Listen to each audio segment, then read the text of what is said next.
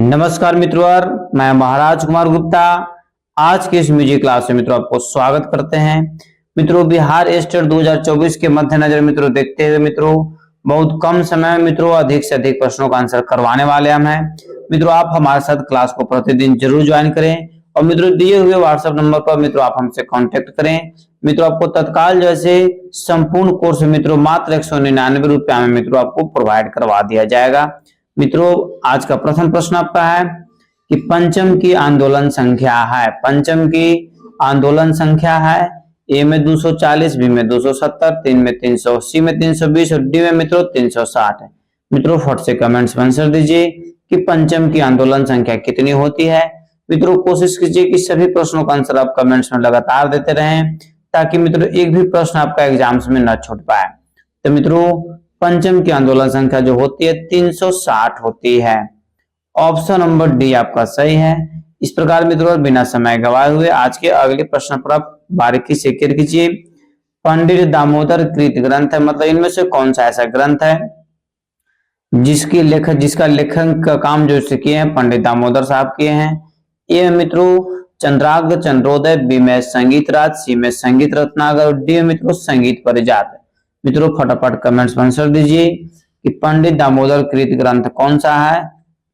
तो मित्रों बताते चले कि पंडित दामोदर कृत ग्रंथ जो इसमें से मित्रों लिखे हैं संगीत राज के लेखक जो है मित्रों दामोदर साहब है। ऑप्शन नंबर बी आपका मित्रों 100% सत्य है। इस प्रकार मित्रों और अगले प्रश्न पर हम लोग क्लियर करेंगे कि आधुनिक श्रुति स्वर विभाजन के अनुसार पंचम किस श्रुति पर स्थापित होता है। आधुनिक श्रुति स्वर विभाजन के अनुसार पंचम किस श्रुति पर स्थापित होता है। ए में मित्रों आपको ऑप्शन है 9वीं श्रुति, बी में 10वीं श्रुति, सी में 11वीं श्रुति, डी में मित्रों 13वीं श्रुति। मित्रों फट से कमेंट्स में आंसर दीजिए कि आधुनिक श्रुति स्वर विभाजन के अनुसार पंचम किस श्रुति पर स्थापित होता है। तो मित्रों इस प्रश्न का आंसर आपको हो जाएगा ऑप्शन नंबर डी, मतलब 13वीं श्रुति पर। अगला प्रश्न मित्रों कि मैहर घराने से संबंधित कलाकार हैं। कहने का मतलब है कि इनमें से कौन से ऐसे मित्रों कलाकार हैं जिनका संबंध आपको मैहर घराने से है। ए में मित्रों आपका ऑप्शन है मित्रों फट से कमेंट्स में आंसर दीजिए। ए में बिलायत खां, बी में मित्रों हलीम जाफर खां, सी में अली अकबर खां, डी में आपको मुश्ताक अली खां।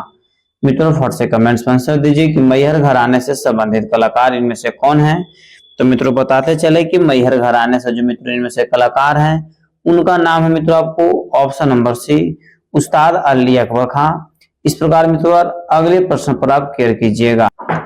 अभिनव भारती के लेखक कौन है। मित्रों फट से कमेंट्स में आंसर दीजिए कि अभिनव भारती के लेखक कौन है। ए में है मित्रों आपको भरत साहब, बी में दतिल साहब, सी में अभिनव गुप्ता, डी में मित्रों कलीनाथ है। मित्रों अति महत्वपूर्ण प्रश्न मित्रों, ऐसे ऐसे प्रश्न मित्रों आने की चांस ज्यादा रहता है कि अभिनव भारती के लेखक कौन है। तो मित्रों बताते चले कि अभिनव भारती के जो लेखक है मित्रों कलीनाथ साहब है। ऑप्शन नंबर डी आपका सही है। मित्रों और अगले प्रश्न पर क्लियर कीजिएगा कि राग दर्पण के लेखक कौन है। ए में मित्रों आपको डॉक्टर महेश सक्सेना, बी में पंडित ओमकारनाथ ठाकुर, सी में फकीरुल्लाह और डी में मित्रों भरत साहब। मित्रों फट से कमेंट्स में आंसर दीजिए कि राग दर्पण के लेखक कौन है। तो मित्रों बताते चले कि राग दर्पण के जो मित्रों लेखक हैं उनका नाम है आपको डॉक्टर महेश सक्सेना।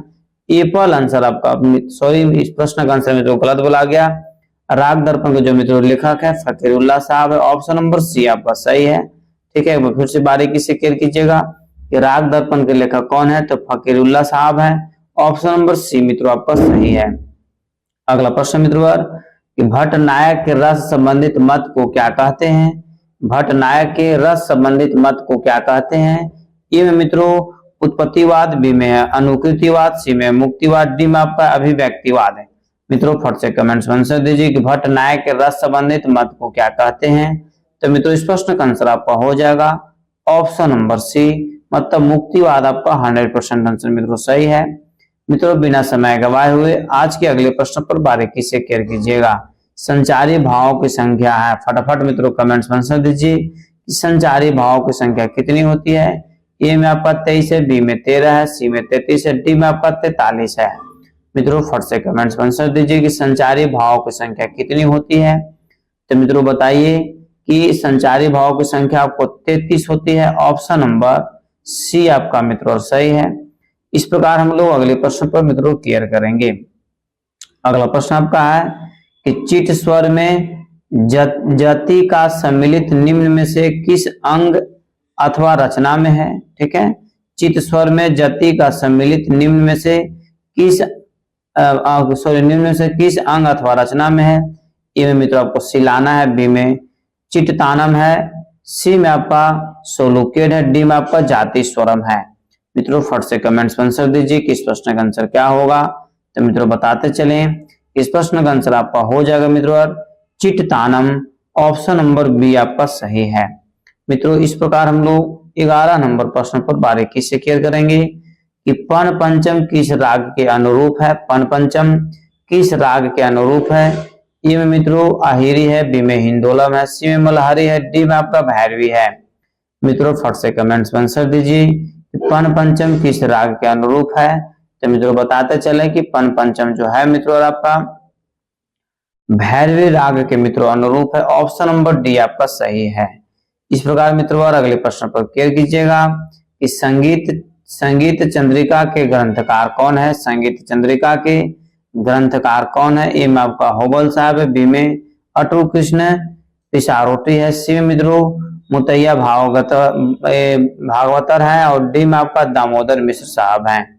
मित्रों फट से कमेंट्स में आंसर दीजिए। इस संगीत चंद्रिका मित्रों एक प्रकार का ग्रंथ है संगीत का, जिसका मित्रों लेखक कौन है। तो मित्रों इस प्रश्न का आंसर हो जाएगा संगीत चंद्रिका के लेखक है पंडित दामोदर मिश्र। ऑप्शन नंबर डी आपका मित्रों 100% सत्य है। इस प्रकार मित्रों अगले प्रश्न पर हम लोग क्लियर करेंगे। अगला प्रश्न आपका है कि मत कोकिला होगा। मत कोकिला एक प्राचीन है, मतलब मत कोकिला मित्रों क्या है, वेणु है कि बीना है कि ताल यहाँ पर होगा, ताल है कि ढोल है, बताइए मित्रों फट से। यदि आप इस प्रश्न का आंसर नहीं देते तो मित्रों बहुत दुख की बात है कि मत कोकिला के बारे में मित्रों बहुत बार इसके बारे में हम जिक्र कर चुके हैं कि मत कोकिला क्या है। तो मित्रों बताते चले कि मत कोकिला मित्रों बीना का नाम है। सभी मित्रों का प्रश्न का आंसर सही आया, इसके लिए सभी को दिल से धन्यवाद। अगला प्रश्न आपका है वाद मिलावो के लिए 2009 में पद्म श्री से पुरस्कृत कलाकार कौन है। ए में आपका ऑप्शन है नारायण नंबूतिरी, बी में है माधव चाकियार, सी में है क्लांगवन गोपी और डी में मित्रों कोचू गोविंद पीले। मित्रों फट से कमेंट्स में आंसर दीजिए। वाद मिलावो के लिए 2009 में पद्म श्री से पुरस्कृत कलाकार कौन है। तो मित्रों इस प्रश्न का आंसर आपका हो जाएगा ऑप्शन नंबर सी, मतलब कलाम डलम गोपी। ठीक है, इस प्रकार मित्रों अगले प्रश्न पर क्लियर कीजिएगा। पुरिया कल्याण में ऋषभ का लगाव है। पुरिया कल्याण में ऋषभ का लगाव है। ए में मित्रों आपका ऑप्शन है मारवा की तरह, बी में पुरिया की तरह, सी में पूर्वी की तरह, डी मित्रों कल्याण की तरह। मित्रों फट से कमेंट्स में आंसर दीजिए कि पुरिया कल्याण में ऋषभ का लगाव किससे है। तो मित्रों बताते चले कि पुरिया कल्याण में तो ऋषभ का जो लगाव है मारवा की तरह है। ऑप्शन नंबर ए पर आपका मित्रों सही है। मित्रों अगले प्रश्न पर क्लियर कीजिएगा। अगला प्रश्न आपका है कि सारंग देव ने कितने अलंकारों का वर्णन किया है। ए में आपका 12 है, बी में 25 है, सी में 63 है, डी में आपका 13 है। मित्रों फट से कमेंट्स में आंसर दीजिए कि सारंग देव ने कितने अलंकारों का वर्णन किया है। मित्रों अति महत्वपूर्ण प्रश्न है, इस प्रकार इस प्रश्न का आंसर आपको कमेंट्स में जरूर देना चाहिए कि सारंग देव ने कुल अलंकारों की संख्या आपको 63 बताई है। ऑप्शन नंबर सी मित्रों आपका सही है। मित्रों अगले प्रश्न पर क्लियर कीजिएगा। सौंदर्य रस एवं संगीत पुस्तक की लेखिका कौन है। ए में मित्रों आपका है प्रेमलता शर्मा, बी में डॉक्टर बान मिस्त्री, सी में है स्वतंत्र शर्मा, डी में मित्रों पंकज माला शर्मा। ठीक है, तो मित्रों फट से कमेंट में आंसर दीजिए कि सौंदर्य रस एवं संगीत पुस्तक के लेखिका के लेखक कौन है। तो मित्रों इस प्रश्न का आंसर आपका हो जाएगा doctor Premlata Sharma. Apple answer मित्रों आपका सही है। मित्रों एक चीज आपको हम जरूर बताएंगे कि मित्रों हमारे चैनल पर मित्रों जैसे निःशुल्क मित्रों जैसे टेस्ट सीरीज का मित्रों जैसे आयोजन किया जा रहा है। मित्रों बहुत जल्दी जो बच्चे पैकेज खरीदे हैं उनको मित्रों एग्जाम की तरह मित्रों जैसे ग्रुप में जैसे टेस्ट सीरीज मित्रों जैसे निःशुल्क जैसे मित्रों प्रोवाइड करवाया जाएगा। अतः जो भी हमारे मित्र यदि पैकेज आप नहीं खरीदे, हमारे साथ नहीं जुड़े हैं मित्रों 199 रुपये मित्रों पेड करके इस नंबर पर, ठीक है, फोन पे नंबर गूगल पे नंबर जो भी आपका है ठीक है। इस नंबर पर पेड करके मित्रों, यही मेरा व्हाट्सएप नंबर और यही मेरा फोन पे नंबर भी है मित्रों। इस पर आप डायरेक्ट में मित्रों पेमेंट कर करके आप हमारे साथ जुड़ सकते हैं। संपूर्ण पैकेज मित्रों मात्र 199 रुपया मित्रों खरीद सकते हैं, जो कि बहुत ही कम शुल्क है। और मित्रों इससे आपको एस्टेट 100% निकाल दिया जाएगा। ठीक है, तो मित्रों अब आप एक है, ठीक है, अब आप एक डॉट डॉट है, क्या है, सशब्द क्रिया है, निशब्द क्रिया है, प्रतिक्रिया है या मेल क्रिया है। मित्रों फट से कमेंट्स आंसर दीजिए कि अब आप एक है। तो मित्रों बताते चले कि अब आप जो है मित्रों सशब्द क्रिया है, एप्पल आंसर आपका सही है। इस प्रकार मित्रों और अगले प्रश्न पर केयर कीजिएगा कि फर्रुखाबाद घराने के तबला वादक कौन है। फर्रुखाबाद घराने के तबला वादक कौन है। ए में मित्रों प्रोफेसर मुकुंद भाले, बी में पंडित शीतल प्रसाद मिश्र, सी में मित्रों उस्ताद इलियास हुसैन, डी में आपका उस्ताद मोहम्मद अकरम। मित्रों फट से कमेंट्स में आंसर दीजिए कि फर्रुखाबाद घराने के तबला वादक कौन है।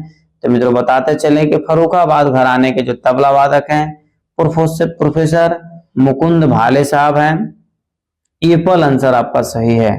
मित्रों यदि इस चैनल पर पहली बार विजिट कर रहे हैं मित्रों, तो चैनल को भी तुरंत सब्सक्राइब कर लीजिए और इसे अपने स्टडी ग्रुप में मित्रों जरूर शेयर कर दें। काल क्रमानुसार क्रमबद्ध कीजिए। ए में आपका सारंगदेव, भरत साहब, जयदेव, मतंग साहब, सी में मित्रों भरत साहब, मतंग साहब, जयदेव साहब और सारंगदेव, सी में मित्रों आपका ऑप्शन मतंग साहब, जयदेव साहब, सारंगदेव और भरत साहब। और मित्रों डी में आपका है जयदेव साहब, भरत साहब, मतंग साहब और सारंगदेव। तो मित्रों बताते चले यह प्रश्न आपके एग्जाम्स के लिए महत्वपूर्ण है, क्योंकि सबसे पहले भरत साहब, उसके बाद मतंग साहब, उसके मित्रों जयदेव साहब, उसके बाद सारंगदेव सबसे अंत में रहे हैं। इस प्रकार मित्रों इस प्रश्न का आंसर ऑप्शन नंबर बी आपका सही है।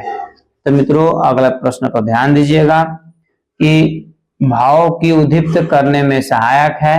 भाव की उद्दीप्त करने में सहायक है। ए में आपका अनुभाव, बी में उद्दीपन, सी में आलंबन, डी में आपका विभाग है। मित्रों फट से कमेंट्स में आंसर दीजिए कि भाव को उद्दीप्त करने में सहायक है। तो मित्रों इस प्रश्न का आंसर आपका हो जाएगा ऑप्शन नंबर डी, मतलब विभाग आपका मित्रों सही आंसर है। अगले प्रश्न पर मित्रों केयर कीजिएगा। भारत रत्न उपाधि से विभूषित प्रथम संगीतज्ञ कौन थे। ए में मित्रों पंडित रविशंकर साहब, बी में लता मंगेशकर, सी में आपका ए में सुबह लक्ष्मी, डी में आपका भीमसेन जोशी। मित्रों फट से कमेंट्स में आंसर दीजिए कि भारत रत्न उपाधि से विभूषित प्रथम संगीतज्ञ कौन थे। मित्रों option number D option number D नहीं, ऑप्शन नंबर सी इसका होगा मित्रों ए में सुबह लक्ष्मी। मित्रों अगले प्रश्न पर आप केयर कीजिएगा। अगला प्रश्न आपका है रस सिद्धांत के प्रवर्तक कौन है। मित्रों फट से कमेंट्स में आंसर दीजिए कि रस सिद्धांत के प्रवर्तक कौन है। ए मित्रों मतंग साहब, बी में भरत साहब, सी में अहोबल साहब, डी में मित्रों आपको श्रीनिवास साहब। मित्रों फट से कमेंट्स में आंसर दीजिए कि रस सिद्धांत के प्रवर्तक कौन है। तो मित्रों बताते चले कि रस सिद्धांत के जो मित्रों प्रवर्तक हैं आपको भरत साहब है। ऑप्शन नंबर बी आपका सही है। अगला प्रश्न मित्रों कि पंडित रविशंकर किस घराने से संबंधित हैं। ए में आपका सेनिया घराना, बी में मैहर घराना, सी में इंदौर घराना, डी मित्रों इनमें से कोई नहीं। मित्रों फट से कमेंट्स में आंसर दीजिए कि पंडित रविशंकर किस घराने से संबंधित हैं। मित्रों यह प्रश्न आपके एग्जाम्स के लिए महत्वपूर्ण है, अतः मित्रों कमेंट्स में आप जरूर आंसर बताइए कि पंडित रविशंकर का संबंध मित्रों किस घराने से था।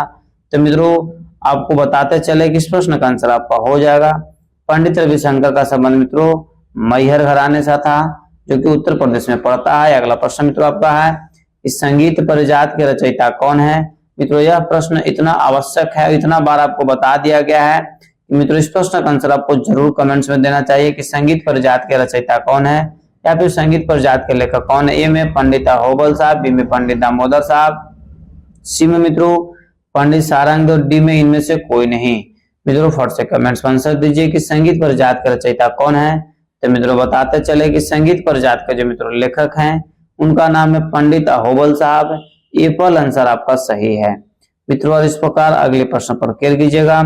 कौन सा वाद्य तंत्र वाद्य नहीं है। सॉरी मित्रों ध्यान दीजिएगा, कौन सा वाद्य तंत्र वाद्य नहीं है। ये मित्रों सारंगी है, बी में रावण हत्ता है, सी मित्रों कामाज याचा है और डी में आपका पुंगी है।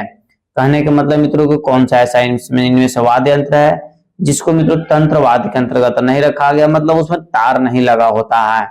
तो मित्रों पुंगी जो है मित्रों आपको फूंक करके मुंह से बजाया जाता है, अतः इसमें तार का प्रयोग नहीं होता है। कहने का मतलब मित्रों कि पुंगी वाद्य यंत्र जो है तंत्रवाद के अंतर्गत नहीं आता है। इस प्रकार हम लोग अगले प्रश्न पर क्लियर करेंगे कि भगत गान विद्या मूलतः कहाँ से संबंधित है।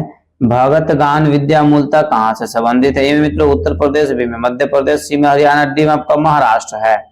मित्रों फट से कमेंट्स में आंसर दीजिए कि भगत गान विद्या मूलतः कहाँ से संबंधित है।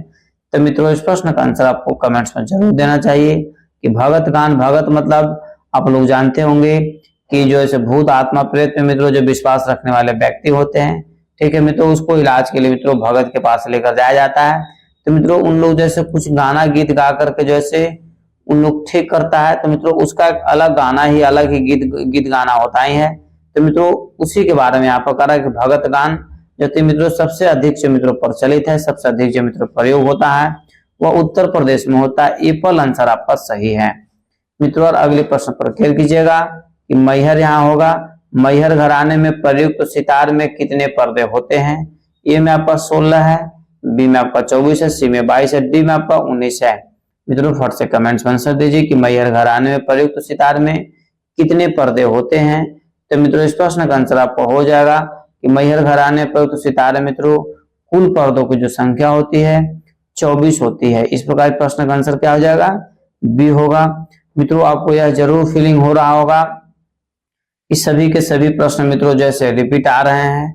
इस सब को घबराने की जरूरत नहीं है। मित्रों मेरा उद्देश्य था कि एक प्रश्न हम एक क्लास मित्रों हम ऐसा लेंगे जो कि सभी के सभी प्रश्न जैसे रिपीटेड डालेंगे, ताकि हमको यह पता चल सके कि प्रतिदिन जो है आप सभी प्रश्नों का आंसर याद कर लेते हैं या सिर्फ वीडियो देख करके छोड़ लेते हैं। ठीक है, आपका कमेंट से मित्रों हमको 100% पता चल जाएगा कि आपका तैयारी किस तरीका से चल रहा है। क्योंकि मित्रों बार बार हम बतला रहे हैं कि जितने भी मित्रों हम क्लास म्यूजिक आपको दे रहे हैं मित्रों प्रतिदिन उसको याद कर लेना है। उसी के उद्देश्य से मित्रों यह कदम उठाया गया है। प्रश्न आपका है कि प्राचीन श्रुति विभाजन में म किस श्रुति पर होती है। ए में 9वीं श्रुति, बी में 13वीं श्रुति, सी में 15वीं श्रुति, डी में मित्रों 17वीं श्रुति। मित्रों फट से कमेंट्स में आंसर दीजिए कि प्राचीन श्रुति विभाजन में म किस श्रुति पर होती है। तो मित्रों बताते चले कि इस प्रश्न का आंसर आपका हो जाएगा ऑप्शन नंबर बी 13वीं श्रुति पर। ठीक है, इस प्रकार हम लोग अगले प्रश्न पर मित्रों क्लियर करेंगे। कौन सा राग औड़ो जाति का नहीं है। कौन सा राग औड़ो जाति का नहीं है। ए में आपका मित्रों भूपाली है, बी में देशकर है, सी में शंकरा है, डी मित्रों मालकौंस है।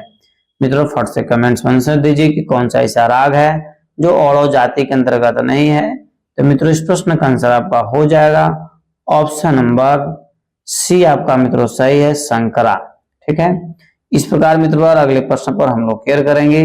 रे ग म प ध किस राग के स्वर हैं। ए में आपका भैरव है, बी में हीर भैरव है, सी में नट भैरव, डी मित्रों इनमें से कोई नहीं। मित्रों फट से कमेंट्स में आंसर दीजिए कि रे ग म प ध किस राग के स्वर हैं। तो मित्रों आपको बताते चले कि इस प्रश्न का आंसर आपका हो जाएगा ऑप्शन नंबर सी मतलब नट भैरव। मित्रों आपका 100% सत्य है।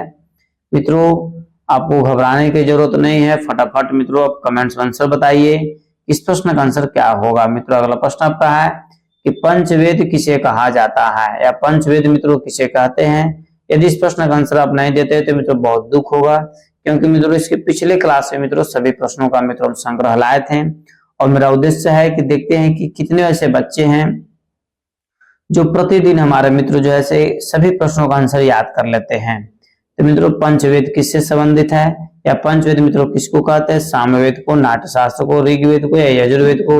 मित्रों इसी तरीका से आप लोग फटाफट कमेंट्स में आंसर दिया कीजिए। तो इस प्रश्न का आंसर हो जाएगा ऑप्शन नंबर बी नाट्यशास्त्र से। अगला प्रश्न मित्रों आपका कि सामगान के प्रकार हैं। सामगान के प्रकार हैं। ए में आपका 2 है, बी मित्रों 3 है, सी में 4 है, डी में आपका 5 है। मित्रों फट से कमेंट्स में आंसर दीजिए कि सामगान के प्रकार हैं। तो मित्रों बताते चलें कि सामगान के जो मित्रों प्रकार हैं उसका मित्रों प्रकारों की संख्या जो बताया गया है ऑप्शन नंबर बी मतलब सामगान के कुल जैसे 3 प्रकार हैं। ठीक है, इस प्रकार मित्रों अगले प्रश्न पर क्लियर कीजिएगा। अगला प्रश्न आपका है कि सामगान का प्रथम स्वर किस लौकिक स्वर से साम्य रखता है। सामगान का प्रथम स्वर किस लौकिक स्वर से साम्य रखता है।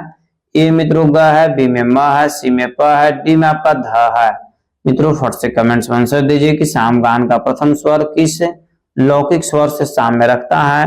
तो मित्रों इस प्रश्न का आंसर आपका हो जाएगा ग से, मतलब एप्पल आंसर आपका सही है मित्रों।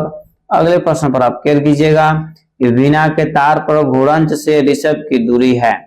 वीणा के तार पर घोड़ंच से ऋषभ की दूरी है। ए मित्रों 2 इंच, बी में 4 इंच, सी में 34 इंच, डी में मित्रों 32 इंच। मित्रों फट से कमेंट्स में आंसर दीजिए कि वीणा के तार पर घोड़ंच से ऋषभ की दूरी कितनी होती है। तो मित्रों बताते चले कि वीणा के तार पर घोड़ंच की ऋषभ की दूरी जो होती है मित्रों 32 इंच होता है। कितना इंच? 32 इंच, मतलब ऑप्शन नंबर डी आपका मित्रों सत्य है। इस प्रकार हम लोग अगले प्रश्न पर केयर करेंगे। प्राचीन काल के अनुबंध गान के भेद हैं। मित्रों फटाफट कमेंट्स में आंसर दीजिए, क्योंकि मित्रों इस प्रश्न का आंसर मित्रों हम बहुत जल्द ही बताए हैं। अतः प्राचीन काल के अनुबंध गान के कितने भेद हैं। ए में आपका मित्रों 2 है, बी में 3 है, सी में 4 है, डी में आपका 5 है। मित्रों फट से कमेंट्स में आंसर दीजिए कि प्राचीन काल के अनुबंध गान के कितने भेद हैं। तो मित्रों बताते चले कि प्राचीन काल के अनुबंध गान के जो मित्रों भेद हैं उनकी संख्या मित्रों 5 है। ऑप्शन नंबर डी मित्रों आपका सही है। इस प्रकार हम लोग अगले प्रश्न पर मित्रों केयर करेंगे कि मध्यम ग्राम में कौन सा स्वर एक श्रुति के नीचे होता है। मध्यम ग्राम में कौन सा स्वर एक श्रुति से नीचे होता है। ए में आपका मित्रों सा है, बी में रे है, डी में ग है, सी में आपका प है। मित्रों फटाफट कमेंट्स में आंसर दीजिए कि मध्यम ग्राम में कौन सा स्वर एक श्रुति से नीचे होता है। तो मित्रों इस प्रश्न का आंसर आपका हो जाएगा ऑप्शन नंबर डी, मतलब प मित्रों आपका आंसर सही है। ठीक है, इस प्रकार मित्रों अगले प्रश्न पर केयर कीजिएगा। अगला प्रश्न आपका है कि ध्रुपद की संगत किस विद्या पर की जाती है। ध्रुपद की संगत किस विद्या पर की जाती है। ए मित्रों आपका तबला है, बी में मृदंग है, सी में पखावज है, डी में आपका ढोल है। मित्रों फट से कमेंट्स में आंसर दीजिए कि ध्रुपद की संगत किस विद्या पर की जाती है। तो मित्रों इस प्रश्न का आंसर आपका हो जाएगा ऑप्शन नंबर सी, मतलब ध्रुपद की संगत मित्रों पखावज पर की जाती है। इस प्रकार हम लोग अगले प्रश्न पर मित्रों केयर करेंगे कि संगीत रत्नाकर में कितने अध्याय हैं। संगीत रत्नाकर में कितने अध्याय हैं। ए मित्रों आपका 6 है, बी में 7 है, सी में 8 है, डी में आपका 9 है। मित्रों फट से कमेंट्स में आंसर दीजिए कि संगीत रत्नाकर में कितने अध्याय हैं। तो मित्रों बताते चले कि संगीत रत्नाकर में मित्रों कुल अध्यायों की संख्या 7 है, इसीलिए मित्रों इसे सप्ताध्यायी के नाम से भी जाना जाता है। अगला प्रश्न मित्रों कि गीत के कितने प्रकार हैं। ए में आपका 2 है, बी में 3 है, सी में 4 है, डी में आपका 5 है। मित्रों फट से कमेंट्स में आंसर दीजिए कि गीत के कितने प्रकार हैं। तो मित्रों बताते चले कि गीत के कुल प्रकार मित्रों 4 है। ऑप्शन नंबर सी आपका मित्रों सही है। अगला प्रश्न मित्रों कि ग तीटा किस ताल के ठेके में प्रयोग होता है। ग तीटा किस ताल के ठेके में प्रयोग होता है। ए में कहरवा, बी में झपताल, सी में झमरा, डी में मित्रों धमार है। मित्रों फट से कमेंट्स में आंसर दीजिए कि ग तीटा किस ताल के ठेके में प्रयोग होता है। तो मित्रों इस प्रश्न का आंसर आपका हो जाएगा ऑप्शन नंबर बारीकी से केयर कीजिएगा धमार में, मतलब ऑप्शन नंबर डी आपका सही है। अगला प्रश्न मित्रों कि सा रे ग म ग रे सा किस राग में प्रयोग होता है। ये मित्रों भैरवी है, बी में भैरव है, सी में मालगुंजी है, डी में आपका माल कौन सा है। मित्रों फट से कमेंट्स में आंसर दीजिए कि सा रे ग म ग रे सा किस राग में प्रयोग होते हैं। तो मित्रों इस प्रश्न का आंसर यदि आपको याद है तो मित्रों फटाफट कमेंट्स में आंसर दीजिए। तो मित्रों बताते चले कि इस प्रश्न का आंसर आपका हो जाएगा ऑप्शन नंबर एप्पल, मतलब भैरवी आंसर आपका सही है। मित्रों अगले प्रश्न पर केयर कीजिएगा। कौन आगरा घराने के कलाकार नहीं है। ये मित्रों फैयाज खां, बी में बड़े गुलाम अली खां, सी में दीपाली नाग, डी मित्रों धग्गे खुदा बख्श खां। मित्रों फट से कमेंट्स में आंसर दीजिए कि कौन आगरा घराने के कलाकार नहीं है। तो मित्रों बताते चले कि इनमें से फैयाज खां जो है मित्रों आगरा घराने के कलाकार नहीं हैं। अगला प्रश्न आपका है कि क्रम से व्यवस्थित कीजिए। ए में खंड, तिस्त्र, चतस्त्र, मिश्र, बी में मित्रों तिस्त्र, चतस्त्र, खंड या मिश्र, सी में आपका चतस्त्र, तिस्त्र, मिश्र या खंड, डी में मित्रों खंड, चतस्त्र, तिस्त्र या मिश्र। मित्रों फट से कमेंट्स में आंसर दीजिए कि क्रम से व्यवस्थित कीजिए। तो मित्रों बताते चले कि इस प्रश्न का आंसर आपका हो जाएगा ऑप्शन नंबर बी मतलब त्रिशस्त्र, चतस्त्र, खंड और मिश्र मित्रों 100% सत्य है। इस प्रकार हम लोग अगले प्रश्न पर मित्रों केयर करेंगे।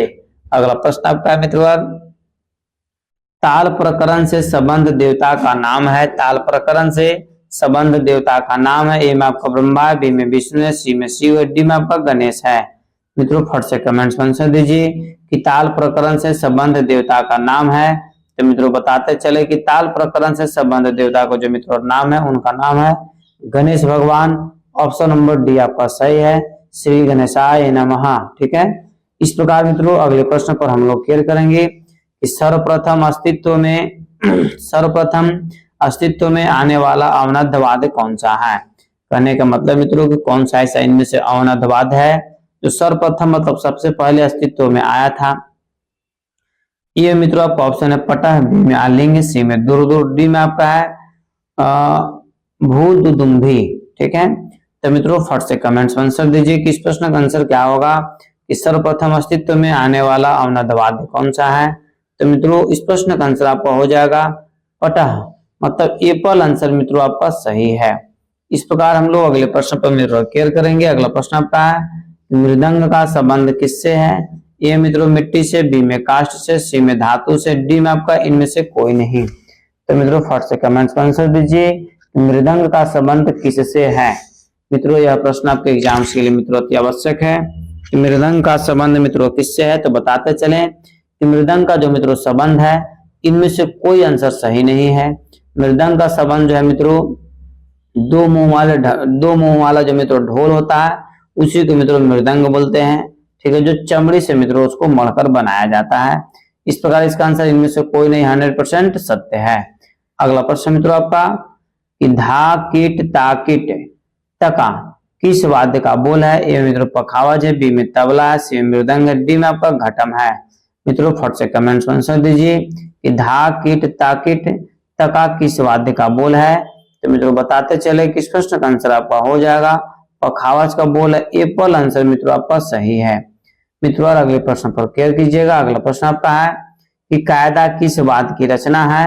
ए मित्रों तबला है, बी में पखावज है, सी में ढोलक है, डी में आपका नकारा है। मित्रों फट से कमेंट्स में आंसर दीजिए कि कायदा किस वाद्य की रचना है। तो मित्रों बताते चले कायदा जो है मित्रों आपको तबला वाद्य का मित्रों रचना है। Option number Apple. आंसर आपका मित्रों सही है कि कायदा किस वाद्य की रचना है। तो मित्रों कायदा जो है मित्रों आपका तबला वाद्य का मित्रों रचना है। इस प्रकार हम लोग अगले प्रश्न पर केयर करेंगे। परण किस विद्या से संबंधित है। ए में आपका तबला है, बी में पखावज है, सी में ढोलक है, डी में आपका नकारा है। मित्रों फट से कमेंट्स में आंसर दीजिए कि परण किस वाद्य से संबंधित है। तो मित्रों बताते चले कि परण जो है मित्रों प से परण और प से पखावज। आप याद रखिए परण जो है पखावज से संबंध रखता है। इस प्रकार मित्रों अगले प्रश्न पर हम लोग केयर करेंगे कि डेढ़ गुण किसे कहते हैं। डेढ़ गुण किसे कहते हैं। ए मित्रों 3/2 को, बी में मित्रों 2/3 को, सी में 3/4 को, डी में 4/3 को। मित्रों फट से कमेंट्स में आंसर दीजिए कि डेढ़ गुण किसे कहते हैं। तो मित्रों आपको बताते चले कि डेढ़ गुण जो मित्रों बोला जाता है 3/2 को बोला जाता है। Option number Apple. आंसर आपका सही है। अगला प्रश्न मित्रों कि सवा गुण की भिन्न है। ए में 4/5, बी में मित्रों 5/4, सी में 5/3, डी में आपका 3/5। मित्रों फट से कमेंट्स में आंसर दीजिए कि सवा गुण की भिन्न है। तो मित्रों बताते चले कि सवा गुण के जो मित्रों भिन्न है। इस प्रश्न का आंसर मित्रों आप फटाफट कमेंट्स में दीजिए। और मित्रों इस प्रश्न का आंसर आपका हो जाएगा ऑप्शन नंबर सी 5/3। मतलब ऑप्शन नंबर सी मित्रों आपका 100% सही है। अगला प्रश्न मित्रों कि तबले पर स्याही किससे रखी जाती है। ए मित्रों लकड़ी का बुरादा से, बी में लोहे का बुरादा से, सी में पत्थर का बुरादा से, डी मित्रों इनमें से कोई नहीं। मित्रों फट से कमेंट्स में आंसर दीजिए कि तबले पर स्याही किससे रखी जाती है। तो मित्रों इस प्रश्न का आंसर आपको कमेंट्स में जरूर देना चाहिए कि तबले पर स्याही किससे रखी जाती है। तो मित्रों इस प्रश्न का आंसर आपका हो जाएगा तबले पर जो मित्रों ऐसे स्याही रखा जाता है और मित्रों जैसे लोहे का बुरादा का मित्रों रखा जाता है। ऑप्शन नंबर बी मित्रों आपका सही है। इस प्रकार मित्रों बिना समय गवाए हुए मित्रों अगले प्रश्न पर हम लोग बारीकी से केयर करेंगे। अगला प्रश्न आपका है कि ख्याल गायकी की बहुप्रचलित ताल है। मित्रों ख्याल गायकी की बहुत प्रचलित मित्रों ताल है। ए में आपका खेमटा, बी में धुमाली, सी में एक ताल, डी में आपका पंजाबी ताल। मित्रों फट से कमेंट्स में आंसर दीजिए कि ख्याल गायकी की बहुप्रचलित ताल है। तो मित्रों बताते चले कि ख्याल गायकी की जो मित्रों बहुप्रचलित ताल है, इस प्रश्न का आंसर आपका हो जाएगा ऑप्शन नंबर सी, एक ताल। एक ताल कहने का मतलब मित्रों ये ख्याल गायकी की बहुप्रचलित ताल है, तो एक ताल है। इस प्रकार मित्रों अगले प्रश्न पर हम लोग क्लियर करेंगे। अगला प्रश्न मित्रों ठुमरी गायन शैली के साथ प्रायः बजने वाली ताल है। ठुमरी गायन शैली के साथ प्रायः बजने वाली ताल है। ए में आपका तीन ताल, बी में झप ताल, सी में आधाती ताल और डी में आपका दीपचंदी ताल। मित्रों फट से कमेंट में आंसर दीजिए कि ठुमरी गायन शैली के साथ प्रायः बजने वाली ताल है। मित्रों यह प्रश्न एग्जाम्स के लिए अति महत्वपूर्ण है और मित्रों बताते चले कि यह प्रश्न मित्रों बहुत बार एग्जाम में पूछा गया है। तो मित्रों इस प्रश्न का आंसर आपका हो जाएगा दीपचंदी ताल। ऑप्शन नंबर डी आपका सही है। मित्रों यदि इस चैनल पर पहली बार विजिट कर रहे हैं मित्रों तो इस चैनल को फट से शेयर कर दीजिए और मित्रों कोर्स आप मित्रों जरूर खरीद लीजिए ताकि आपका एग्जाम 100% मित्रों निकल जाए। यही मेरा नंबर है, आप इस नंबर से मित्रों हमसे कांटेक्ट कर करके मित्रों कोर्स आप खरीद सकते हैं ताकि मित्रों आपको कम समय में अधिक से अधिक तैयारी करवा दिया जाए। मित्रों आज का यह अंतिम प्रश्न है कि लग्गी का प्रयोग किस गायकी में होता है। लग्गी का प्रयोग किस गायकी में होता है। ए मित्रों ख्याल है, बी में टप्पा है, सी में ठुमरी है, डी मित्रों सादरा है। मित्रों फट से कमेंट्स में आंसर दीजिए कि लग्गी का प्रयोग मित्रों किस गायकी में होता है। मित्रों यह प्रश्न आपके एग्जाम के लिए महत्वपूर्ण था, अर्थात कहने का मतलब मित्रों कि लग्गी का जो मित्रों प्रयोग होता है आपको टप्पा में होता है। ऑप्शन नंबर बी आपका 100% सत्य है। ठीक है मित्रों, इस प्रकार मित्रों सभी प्रश्नों का आंसर मित्रों आपको यहाँ पर मित्रों दे दिया गया, बारीकी से देख सकते हैं। ठीक है मित्रों, आप स्क्रीनशॉट लेकर के मित्रों आप हमको जरूर बताइए कि कितने प्रश्नों का आंसर मित्रों आपको सही हुआ है। मित्रों आपको सभी प्रश्न का आंसर किस तरीका से देना है बारीकी से एक बार फिर से क्लियर कीजिएगा। मित्रों आपको हम समझा रहे हैं। जैसे कहने का मतलब है कि मित्रों मान लिया जाए कि फर्स्ट प्रश्न का आप आंसर दे रहे हैं, कॉपी में ऐसे इसी तरीका से ब्लैंक लिख लीजिए, 2 number, 3 number, 4 number, 5 number, 6 number ऐसे लिख लिया कीजिए। मान लीजिए कि जैसे हम पढ़े, ठीक है, कि श्रुति कितने हैं। ठीक है, श्रुति कितने मित्रों, उसके बाद हम जैसे तुरंत आपको हम 4 ऑप्शन पढ़ते हैं। 4 ऑप्शन पढ़ने के बाद मित्रों हम जैसे कुछ समय आपको छोड़ते हैं, उस परिस्थिति में आपको फट से कमेंट्स में आंसर डाल देना है। B number, C number, D number. मान लीजिए बी नंबर यदि आप डाले तो यहाँ बी नंबर ऐसे आप लिख लीजिए। 3 का मान लीजिए जब सी नंबर डाले तो सी नंबर आप लिख लीजिए। 4 का यदि आप मान लीजिए ए नंबर यदि मित्रों कमेंट्स में डाले तो ए नंबर लिख लीजिए। ठीक है, और मित्रों आप फट से तुरंत सही और गलत मित्रों उसके बाद हम बताते भी हैं। मित्रों जैसे मान लिया जाए कि हम 2 नंबर प्रश्न का आंसर यदि बी हम बताएं और यदि आपका बी टैली करेगा तो फट से कॉपी में आपको सही कर लेना है, और यदि मित्रों गलत होगा तो क्या कर लेना है, गलत कर लेना है। उसके बाद मित्रों क्लास अंत जैसे अभी हो रहा है तो क्लास अंत होने के बाद मित्रों आप हमें बताइए कि टोटल जैसे 56 प्रश्नों मित्रों कितना सही हुआ। 56 मान लीजिए 20 को सही हुआ, 50 को सही हुआ, 40 को सही हुआ तो 40 लिख देंगे, 56/40। ठीक है, इस प्रकार मित्रों यदि इस चैनल पर पहली बार विजिट कर रहे हैं तो मित्रों चैनल को सब्सक्राइब कर लीजिए। मित्रों आप इसे सब्सक्राइब करके मित्रों अपने स्टडी ग्रुप में मित्रों से जरूर शेयर करें ताकि सभी लोग पढ़ सके, सभी लोग आगे की ओर बढ़ सके। मित्रों लाइक कीजिए, शेयर कीजिए, कमेंट्स कीजिए। मित्रों ये स्टेट या बीपीएससी या डीएसएसबी, नेट या केबीएस या ईमेल्स मित्रों किसी भी मित्रों सरकारी नौकरी के लिए तैयारी कर रहे हैं तो मित्रों यह क्लास आपके लिए अति हेल्पफुल होने वाला है। मित्रों इसे आप अपने स्टडी ग्रुप में मित्रों जरूर शेयर कर दें। आप हमें सपोर्ट कीजिए मित्रों, हम लिखित दे देंगे कि 100% मित्रों हम आपको सपोर्ट करेंगे। मित्रों आप पैकेज अब आप इंतजार नहीं कीजिए मित्रों, अब आपको पैकेज की मित्रों अति आवश्यक है। मात्र 199 रुपए मित्रों पेमेंट कर करके आप हमसे पैकेज खरीद के मित्रों संपूर्ण स्टेट की मित्रों तैयारी कर सकते हैं। तब तक के लिए स्वस्थ रहिए, मस्त रहिए और एक बार प्रेम से बोलिए भारत माता की जय।